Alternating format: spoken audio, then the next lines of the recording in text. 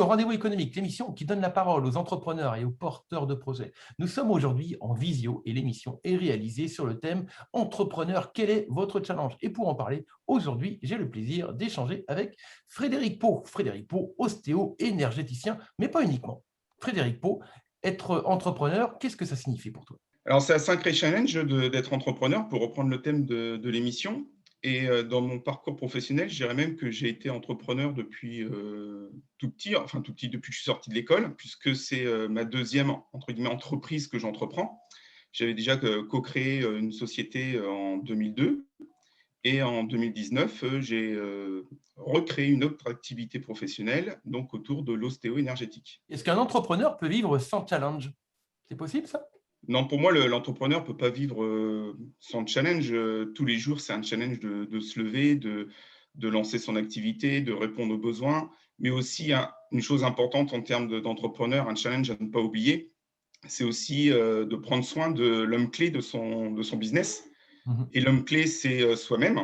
Et trop souvent, les entrepreneurs peuvent oublier d'investir dans cet homme clé, que ça peut être de deux manières. Ça peut être comme le propose Brigitte, c'est continuer à être formé, à monter en compétences sur les différents domaines qui le concernent. Mais c'est aussi investir dans son corps, dans son outil de travail principal. Et ça, c'est moi, un de mes challenges, c'est d'accompagner les personnes à prendre soin de cet outil de travail. Mais ce challenge me concerne également. Et c'est peut-être pour moi, en tant qu'entrepreneur, mon premier challenge, peut-être le plus dur, c'est de ne pas oublier qu'il faut que je prenne aussi soin de mon outil de travail. Alors, ça veut dire il existe une méthode alors? Toi, tu as une méthode pour choisir ton challenge?